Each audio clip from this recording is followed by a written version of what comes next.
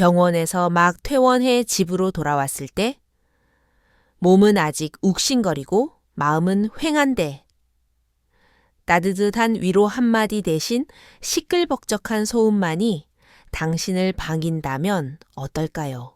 당신의 딸은 시부모와 어울려 화투판을 벌이며 웃고 떠들고 있고 거실은 그들의 놀이터가 되어버렸습니다. 그리고 당신은 그저 빨리 밥이나 하라는 지시를 받는 존재일 뿐입니다. 당신이라면 어떻게 하시겠습니까? 계속 참으며 물러서시겠습니까? 아니면 그동안 베풀었던 모든 호의를 거두어 들이시겠습니까?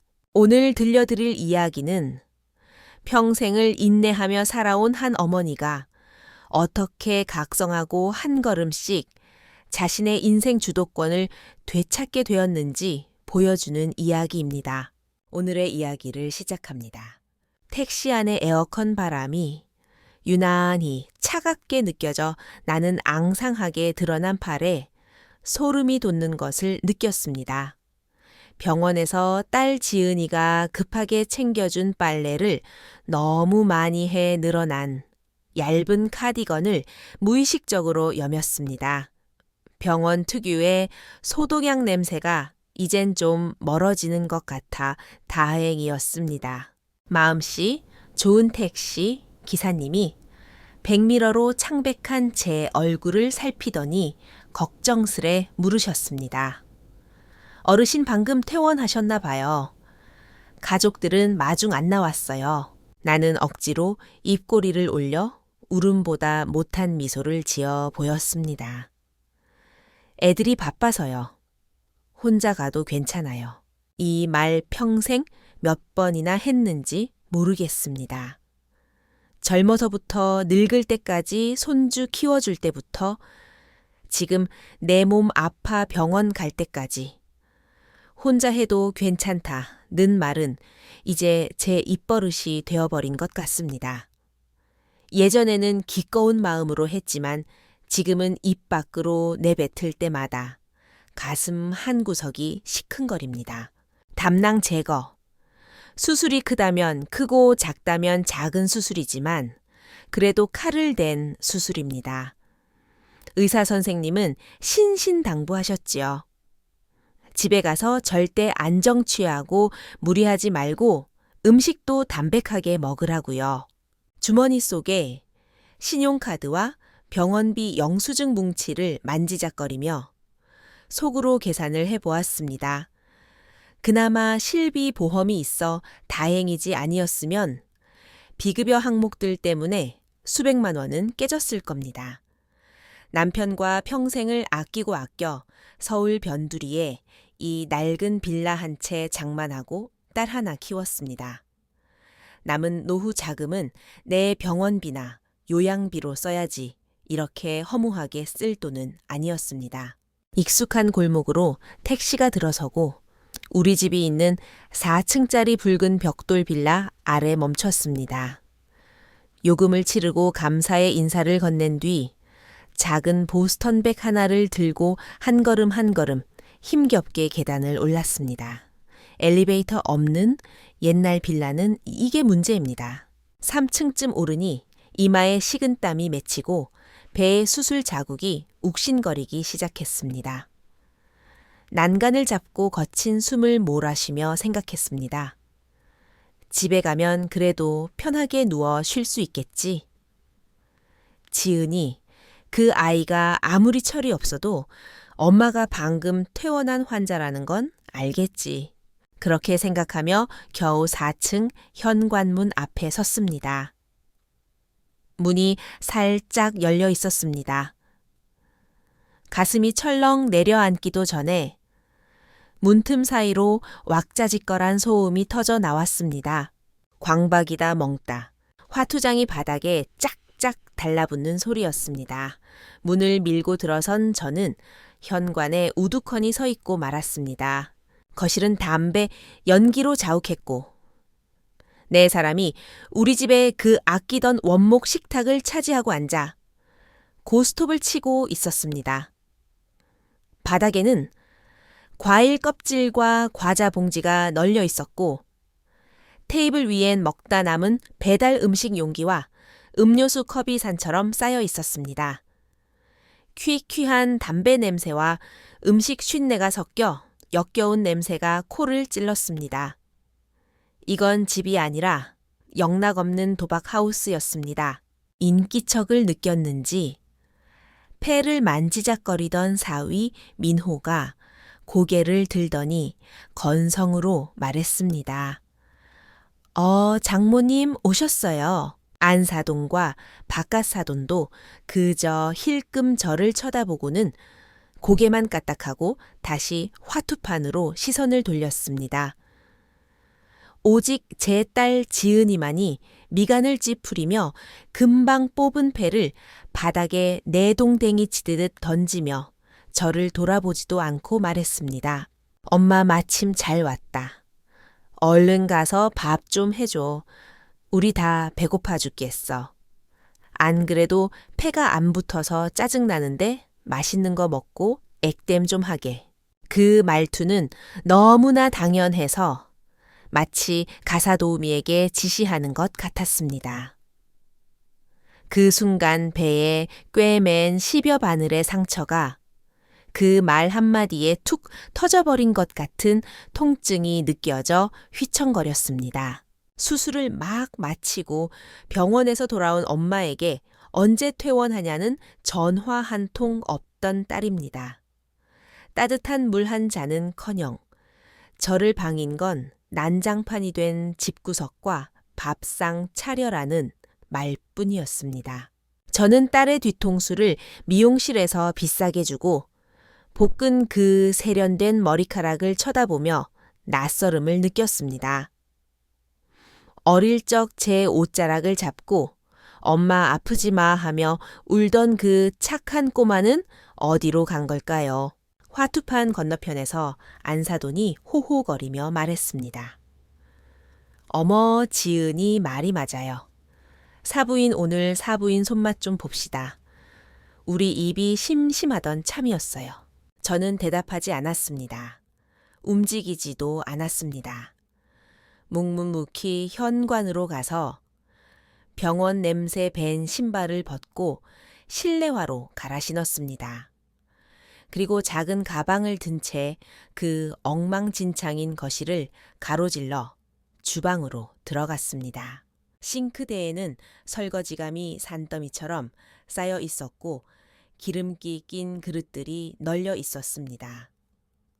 저는 깊은 숨을 들이쉬며 가슴 속에서 끓어오르는 감정을 억누르고 찬장에서 제가 쓰는 작은 냄비 하나를 꺼내 씻었습니다. 냉장고를 열어보니 각종 술과 누가 사 왔는지 모를 족발 순대 같은 안주들이 가득했습니다. 제가 사다 놓은 약간의 살코기와 채소는 구석에 처박혀 있었습니다. 그것들을 꺼내 씻고 썰었습니다. 가스불을 켜고 물을 끓여 국수를 삶았습니다. 그 모든 과정 동안 저는 큰 소리를 내지 않았습니다. 거실에서 들려오는 고 스톱 소리와 웃음소리만이 제 배경음악이었습니다. 약 10분 후 저는 쟁반 하나를 들고 주방에서 나왔습니다. 딸 지은이가 마침 한 판을 끝내고 기지개를 켜다가 제 손의 쟁반을 보고 눈을 반짝였습니다. 다 됐어. 오늘은 무슨 맛있는 거야? 하지만 딸의 말은 차에 끝나기도 전에 굳어버렸습니다.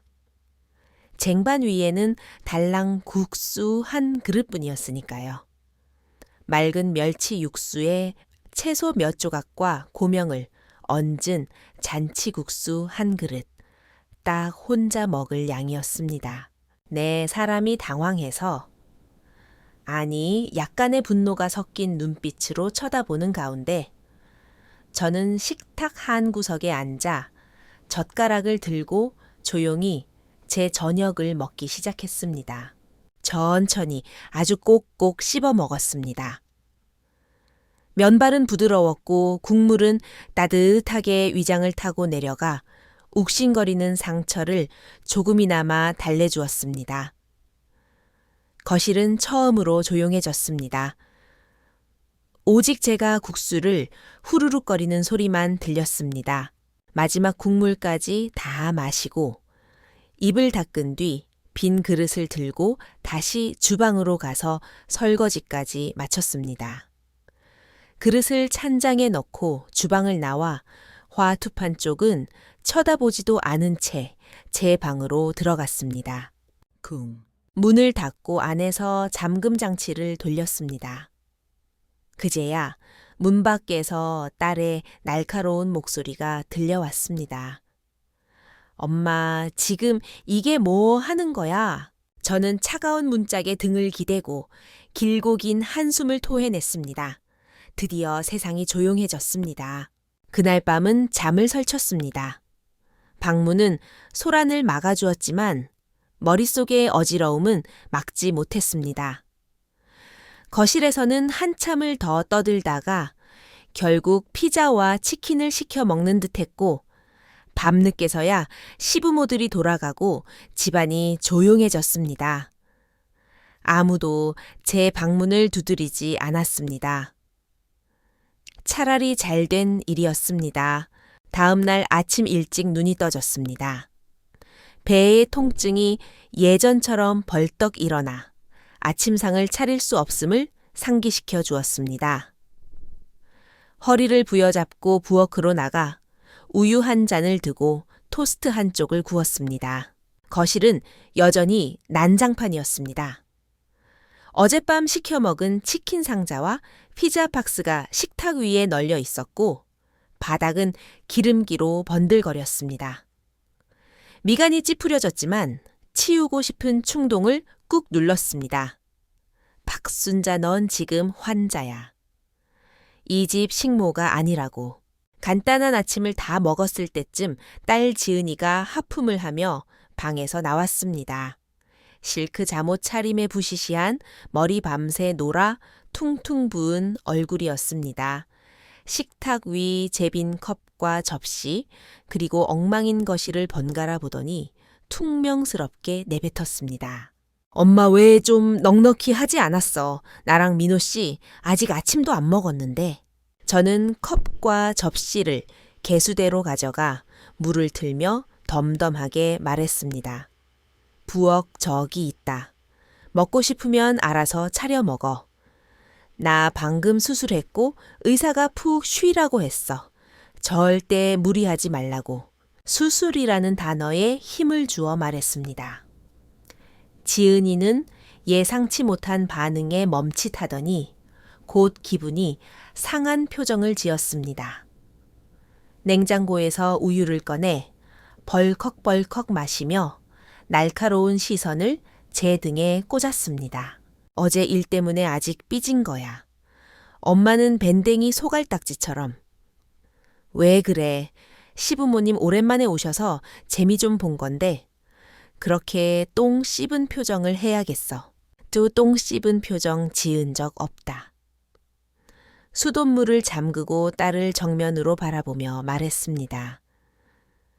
난 사실을 말하는 거야. 내 몸 상태가 예전처럼 너희 뒤치다꺼리 할 수 없다고. 뒤치다꺼리 지은이는 기가 막히다는 듯 코웃음을 쳤습니다. 엄마 말 좀 거창하게 하지 마. 밥 한 끼 하는 게 뭐 그리 힘들다고 유세야. 평생 부엌일이라곤 라면 끓이는 게 다이내와 살림의 고단함을 논하는 건 소 귀의 경읽기였습니다. 손을 닦고 방으로 들어가려는데 지은이가 갑자기 뭔가 생각난 듯 목소리 톤을 180도 바꾸어 콧소리를 내며 달려와 제 팔짱을 꼈습니다. 알았어. 엄마 화 풀어? 좋은 소식 하나 있어. 나랑 민호 씨 다음 주에 회사 창립 기념일 껴서 휴가 냈거든. 강원도로 여행 가기로 했어. 한 3박 5일 정도 우리 둘만의 시간 안 가진 지 너무 오래됐잖아. 불길한 예감이 스쳤습니다. 아니나 다를까. 그동안 우리 준우 좀 부탁해. 어차피 엄마 집에서 요양하는 거 심심하잖아. 손주 보면서 소일거리 삼으면 딱이지 뭐. 너무나 자연스럽게, 너무나 당연하게 말했습니다. 부탁이 아니라 통보였습니다. 제 마음속 호수에 돌 하나가 던져진 듯 파문이 일었습니다. 예전 같으면 거절하지 않았을 겁니다. 영화를 보러 가든 회식을 하든 여행을 가든 손주 준우는 늘 제 차지였습니다. 할머니니까 손주 보는 건 당연한 의무인 줄 알았으니까요. 하지만 오늘은 달랐습니다. CT 촬영 사진을 들고 심각해하던 의사 선생님의 얼굴 마취에서 깨어날 때 느꼈던 그 찢어지는 듯한 고통, 그리고 어제 집에 돌아왔을 때의 그 지옥 같은 풍경이 스쳐 지나갔습니다. 저는 딸의 팔을, 그 살가운 척하는 손을 조용히 하지만 단호하게 뿌리쳤습니다. 안 된다, 지은아. 공기가 순식간에 얼어붙었습니다. 지은이의 얼굴에서 웃음기가 사라졌습니다. 뭐라고? 안 된다고 했어. 의사 선생님이 절대 안정 취하라고 했어. 남자애 키우는 게 얼마나 힘든지 네가 더 잘 알잖아. 지금 내 몸으로는 준우 못 본다. 손주 며칠 봐주는 게 뭐 그리 힘들다고 그래요. 지은이의 목소리가 하이톤으로 치솟았습니다. 예전엔 군말 없이 봐줬잖아. 준우 이제 유치원생이라 낮엔 신경 쓸 것도 없어. 저녁에 픽업해서 재우기만 하면 되는데 그게 힘들다고. 그래, 힘들다. 저에게는 아이 씻기려고 허리를 굽히고 밥 먹이려 쫓아다니고 밤새 이불 차내나 씹어 깨는 것만으로도 상처가 덧나기에 충분했습니다. 지은아, 나 환자야. 그냥 도와주기 싫은 거잖아. 딸은 결국 본색을 드러내며 소리 질렀습니다. 어제 일 때문에 일부러 복수하는 거지, 엄마. 왜 이렇게 이기적으로 변했어? 우리 맞벌이 하느라 스트레스 받아 죽겠는데 모처럼 여행 좀 가겠다는데 엄마가 돼서 그것도 이해 못 해줘. 이기적이라는 말에 허수음이 나왔습니다. 내가 이기적이라고 손주 보다가 담석증 재발해서 L식구 실려간 게 이기적인 거냐. 내 노후 자금 털어서 너희 신혼집 전세금 보태준 게 이기적인 거야. 지은아 양심에 손을 얹고 말해봐. 내가 너한테 부족하게 한 게 있니?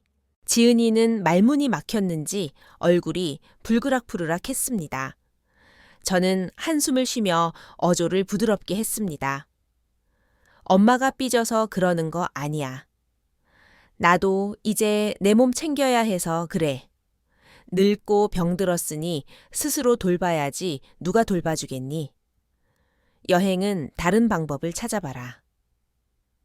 베이비시터를 쓰던지 아니면 사돈댁에 부탁드려보던지 마지막 말이 도화선이 되었습니다. 시댁 시어머니가 애 봐줄 사람이면 내가 엄마한테 아쉬운 소리 하겠어. 지은이가 날카롭게 쏘아붙였습니다. 그 집은 아들은 낳아도 손주는 못 키운다고 못 박으신 분들인 거 뻔히 알잖아. 그러고는 저를 획 노려보고는 쾅 소리가 나게 방문을 닫고 들어가 버렸습니다. 거실에 홀로 남은 저는 베란다로 나가 창밖을 바라보았습니다. 심장이 쿵쾅거리고 손에 식은땀이 났습니다. 딸의 부탁을 거절한 건 수십 년 만에 처음 있는 일이었습니다. 마음이 불편하고 어지러웠습니다. 하지만 이상하게도 그 혼란 속에서 전례 없는 홀가분함이 느껴졌습니다. 마치 평생 짊어지고 있던 무거운 짐 하나를 오늘에서야 내려놓은 기분이었습니다. 제가 손주 봐주는 걸 거절한 이후로 집안 공기는 시베리아 벌판처럼 차가워졌습니다. 딸과 사위는 저에게 냉전을 선포했습니다. 투명 인간 취급을 했고 끼니는 배달을 시키거나 밖에서 해결했습니다. 먹다 남은 음식물 쓰레기는 그대로 싱크대에 방치되어 썩어갔습니다. 제가 해둔 밥은 전기밥솥에서 말라 비틀어져도 거들떠보지 않았습니다. 밤에 화장실을 가려다 보면 안방에서 소근거리는 소리가 들렸습니다. 이기적이다 파리 안으로 굽는다더니 노망났다 같은 단어들이 비수처럼 제 귀에 꽂혔습니다. 예전 같으면 제가 먼저 꼬리를 내렸을 겁니다. 딸의 방문을 두드리고 뭐 먹고 싶은 거 없니 하며 화해를 청했겠죠. 하지만 이번엔 아니었습니다. 그날 밤의 외로움과 수술 부위의 통증이 저를 붙잡았습니다. 마음이 약해지면 존중받는 게 아니라 더 짓밟힐 뿐이라는 걸 깨달았으니까요. 저는 저만의 일상을 살았습니다. 일찍 자고 일찍 일어나 죽이나 누룽지로 간단히 식사하고 근처 공원으로 산책을 나갔습니다. 공원에서 만난 또래 노인들과 손주 이야기, 물가 이야기, 영양제 이야기를 나누는 것이 훨씬 마음 편했습니다. 그러던 어느 날 오후 산책을 마치고 돌아오는데 우편함에 꽂힌 전단지 하나가 눈에 들어왔습니다. 우리 동네 최고가 매입 신속 처리. 55 부동산. 말끔한 정장 차림에 청년 사진이 박힌 전단지였습니다. 그 전단지를 보는 순간 마치 잔잔한 호수에 돌을 던진 듯 어떤 생각이 퍼져나갔습니다. 이 빌라는 남편과 제가 뼈 빠지게 일해 장만한 집입니다. 남편이 떠나고 제 명의로 남은 유일한 재산이자 우리 부부의 추억이 깃든 곳이었습니다. 저는 이곳에서 늙어 죽을 줄 알았고 결국엔 지은이에게 물려줄 생각이었습니다. 하지만 지금 이 집은 따뜻한 보금자리가 아니라 거대한 감옥 같았습니다. 텅 빈 방 3개를 지키며 딸 부부의 눈치를 보는 감옥. 딸이 저렇게 저를 막 대하는 이유도 결국엔 저에게 하나뿐인 자식이고 이 집이 나중에 자기 차지가 될 거란 걸 알기 때문 아닐까요? 대담한 결심이 섰습니다. 전단지에 적힌 번호로 전화를 걸었습니다. 여보세요? 집을 좀 내놓으려고 하는데요. 다음 날 오후 김 실장이라는 부동산 중개인이 찾아왔습니다. 싹싹하고 성실해 보이는 사람이었습니다. 어르신 집 관리를 정말 잘하셨네요. 연식은 좀 있어도 위치가 좋아서 요즘 시세로 8억 잘 받으면 그 이상도 가능합니다. 고개를 끄덕였습니다. 대략적인 시세를 듣고 나니 마음이 더 굳혀졌습니다. 김 실장과 거실 탁자에 앉아 매매 계약 위임 서류를 작성하고 있을 때였습니다. 띠디띠디띠, 띠리릭. 덜하기 열리며 지은이가 들어왔습니다. 평소보다 일찍 퇴근한 모양이었습니다. 낯선 양복쟁이가 집에 있는 걸 보고 경계심 가득한 눈빛으로 물었습니다. 엄마, 이 사람 누구야? 김 실장이 얼른 일어나 명함을 내밀었습니다. 안녕하십니까? 55 부동산 김철수 실장입니다. 지은이는 명함은 본체만체하고 테이블 위에 서류를 낚아챘습니다. 전속 중개 계약서 라는 글자를 보자마자 얼굴이 하얗게 질렸습니다. 집을 팔아 엄마 지금 제정신이야. 저는 차분하게 김 실장에게 앉으라고 눈짓을 한 뒤 발광하는 딸을 쳐다봤습니다. 제정신이다? 아주 맑은 정신이야. 이게 맑은 정신이야. 노망난 거 아니야. 지은이가 악을 썼습니다. 이 집 팔면 우린 어디 가서 살아. 김 실장이 난처해서 어쩔 줄 몰라 했습니다. 저는 딸을 똑바로 쳐다보며 또박또박 말했습니다. 첫째 이 집 명의는 나 박순자로 되어 있다. 즉 우리 집이 아니라 내 집이다. 둘째 너희가 어디서 살지는 너와 네 남편 민호가 고민할 문제다. 너희는 40이 다 된 성인이다. 방금 수술한 늙은이한테 물어볼 문제가 아니야. 셋째 이게 제일 중요한데 저는 탁자 위 볼펜을 집어 계약서에 서명했습니다. 손이 조금 떨렸지만 마음만은 그 어느 때보다 확고했습니다. 이 집은 내 거니까 내 마음대로 처분할 자유가 있다. 지은이는 제가 서명하는 모습을 보며 힘이 빠진 듯 뒷걸음질 쳤습니다. 원망과 이해할 수 없다는 표정이 뒤섞여 있었습니다. 고작 삐진 것 때문에 집을 팔아버리겠다고 저는 계약서를 김 실장에게 건네며 딸에게 말했습니다. 삐진 게 아니다. 난 지금 너에게 선언하는 거야. 오늘부터 네가 당연하게 뜯어먹던 엄마라는 등골은 이제 없다고. 집이 매물로 등록되자 제 삶은 전쟁터가 되었습니다. 김 실장은 며칠에 한 번씩 손님을 데려왔고 낯선 사람들이 신발 덧신을 신고 제 집을 구경했습니다. 여기는 리모델링 해야겠네, 벽을 터야겠네 하는 소리가 들릴 때마다 딸과 사위의 얼굴은 흙빛이 되었습니다. 그들은 이제 냉전 대신 총공세를 펼쳤습니다.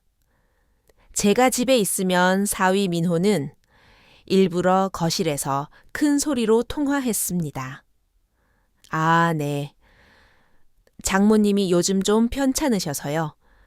연세가 드시니 고집이 세지시네요. 저희도 죽겠습니다.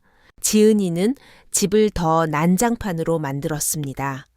제가 닦아놓은 바닥에 흙발로 들어오거나 빨래를 바닥에 떨어뜨려 놨습니다. 유치하고 치사한 짓이었지만 그만큼 그들이 다급하다는 뜻이기도 했습니다. 주말 오후 집 보러 온 부부가 돌아간 뒤 사위가 저를 거실 소파에 앉혔습니다. 처음으로 정식 대화를 요청한 겁니다. 그는 물 한 잔을 떠다 주며 세상 억울하고 착한 표정을 지었습니다. 장모님, 진지하게 대화 좀 하시죠. 감정적으로 대응하지 마시고요. 제가 아무 말 없자 그가 말을 이었습니다. 지은이가 철없이 군 건 제가 대신 사과드릴게요. 하지만 집 파는 건 정말 아니죠. 장인어른이랑 평생 고생해서 마련하신 집이잖아요. 추억도 많으신데 그는 제가 반응이 없자 더 간절하게 설득했습니다. 그리고 지금 집 팔면 양도소득세니 뭐니 해서 세금 엄청 떼여요.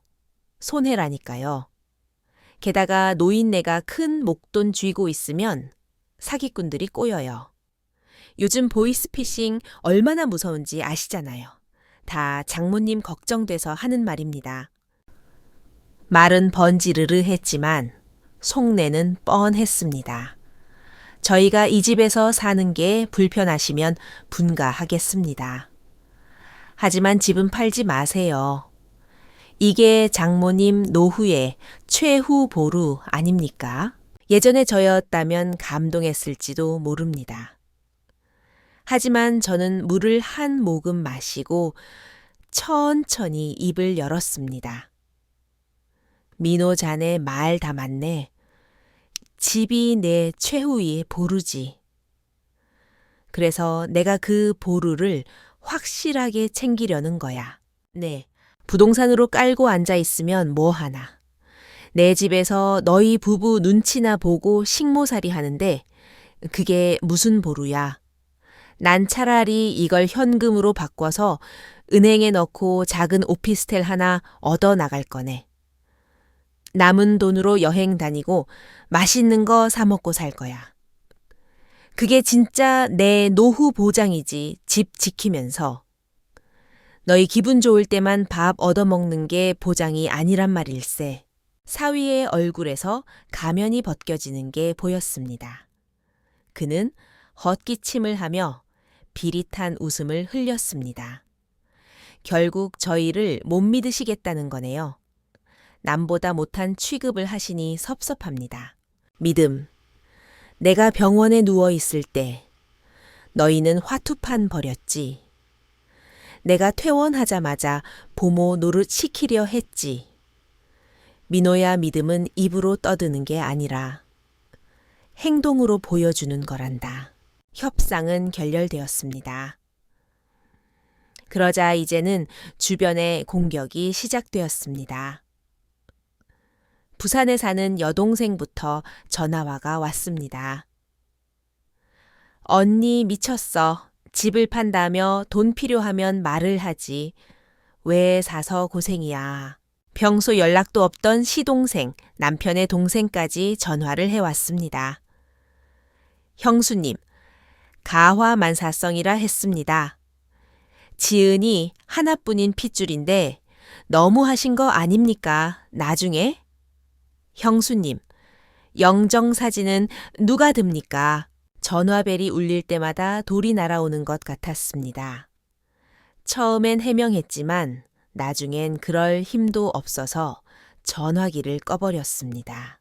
그날 밤 침대에 누워 천장을 바라보는데 눈물이 흘렀습니다. 내가 정말 노망난 건가? 너무 독한 건가? 이러다 정말 고독사하는 거 아닐까? 그때 배에 수술 자국이 찌릿하게 아려왔습니다. 그 통증이 번개처럼 정신을 깨웠습니다.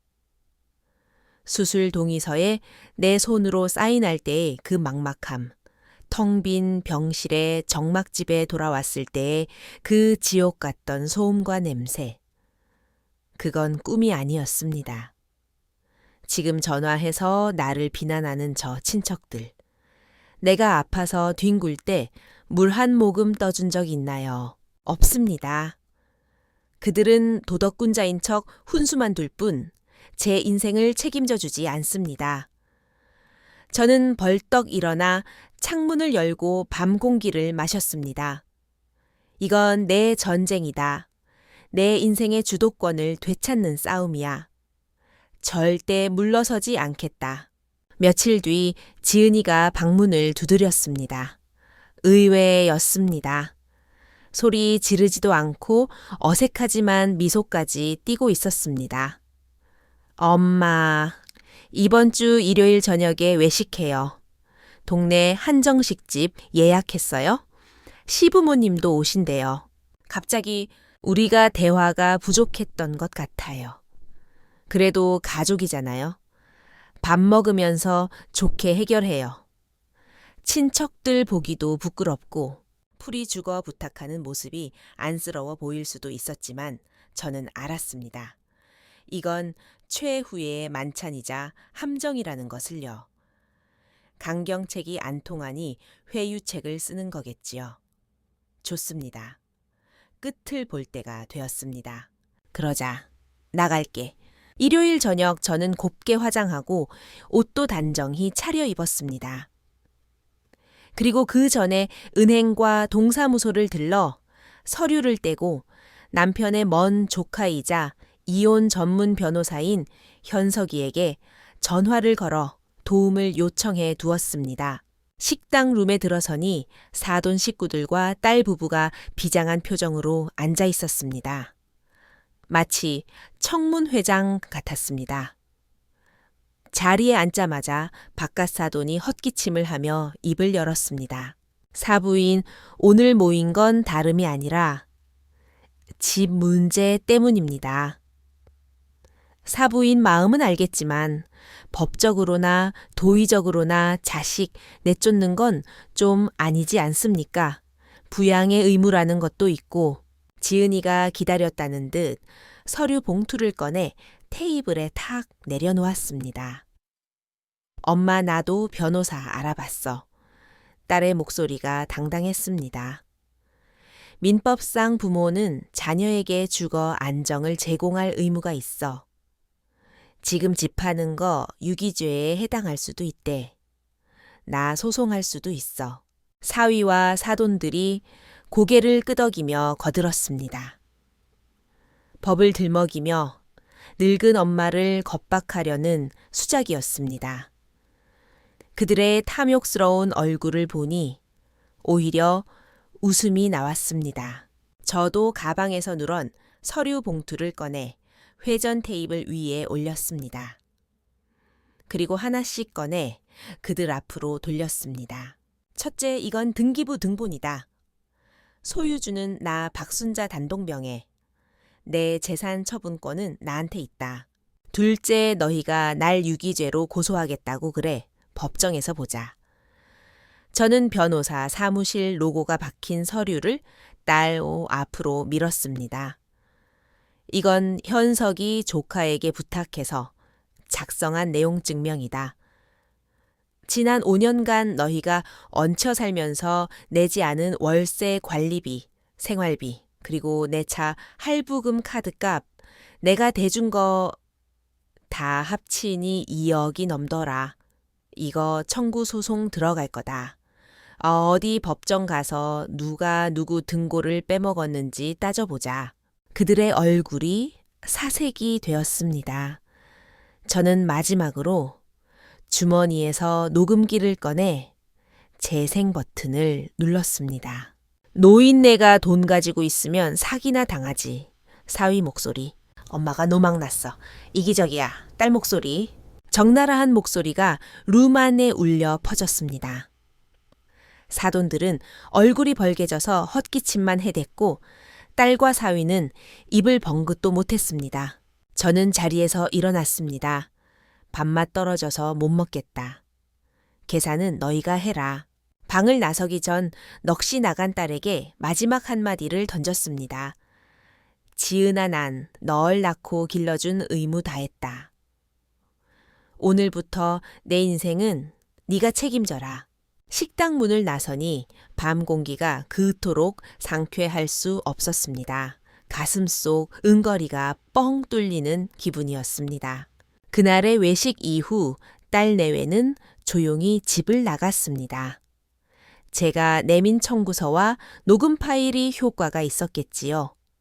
아니면 더 이상 이 집에서 콩고물 떨어질 게 없다는 걸 깨달았거나요. 그들이 어디로 이사 갔는지 묻지 않았습니다. 집은 금방 팔렸습니다. 어린 아들이 있는 젊은 부부가 새 주인이 되었습니다. 아이 방을 파란색으로 꾸미겠다며 행복해하는 그들을 보며 저도 기쁜 마음으로 집을 넘겨주었습니다. 집한 돈을 받아든 날, 저는 바로 은행으로 가서 노후 연금 신탁에 가입해 매달 생활비가 나오도록 묶어두고 일부는 오피스텔 전세 자금으로 나머지는 저를 위한 여행 자금으로 뺐습니다. 그리고 첫 번째로 산 일은 유럽 여행이었습니다. 실버 투어가 아닌 제가 가고 싶었던 스위스로 떠났습니다. 융프라우의 만년설을 보며 이어폰으로 제가 제일 좋아하는 심수봉의 노래를 들었습니다. 눈물이 핑 돌더군요. 제 인생은 이제야 진짜 시작이었습니다. 여행에서 돌아와 저는 보안이 잘 된 깨끗한 오피스텔에 입주했습니다. 아침엔 요가를 배우고 오후엔 도서관에 가거나 집에서 차를 마시며 영화를 봅니다. 어느 날 딸에게서 장문의 카톡이 왔습니다. 엄마 미안해. 나와서 살아보니 엄마가 얼마나 고생했는지 알겠어.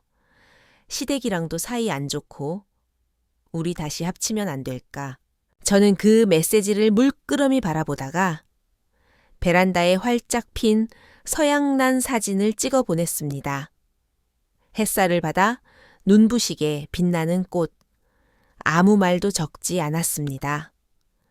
이제 내 인생은 이 꽃처럼 오로지 나를 위해 피어날 것이니까요. 시들어버린 인연에 연연하지 않기로 했습니다. 오늘의 이야기 어떠셨나요? 주인공 박순자 여사님의 결단이 너무 매정하다고 생각하시나요? 아니면 통쾌하신가요? 가족이라는 이름으로 희생을 강요받을 때 우리는 어디까지 감내해야 할까요? 여러분도 늦지 않았습니다. 누군가의 엄마, 누군가의 아내가 아닌 온전한 나로 살아가는 기쁨을 찾으시길 바랍니다. 여러분의 생각과 경험을 댓글로 나눠주세요. 구독과 좋아요는 큰 힘이 됩니다. 감사합니다.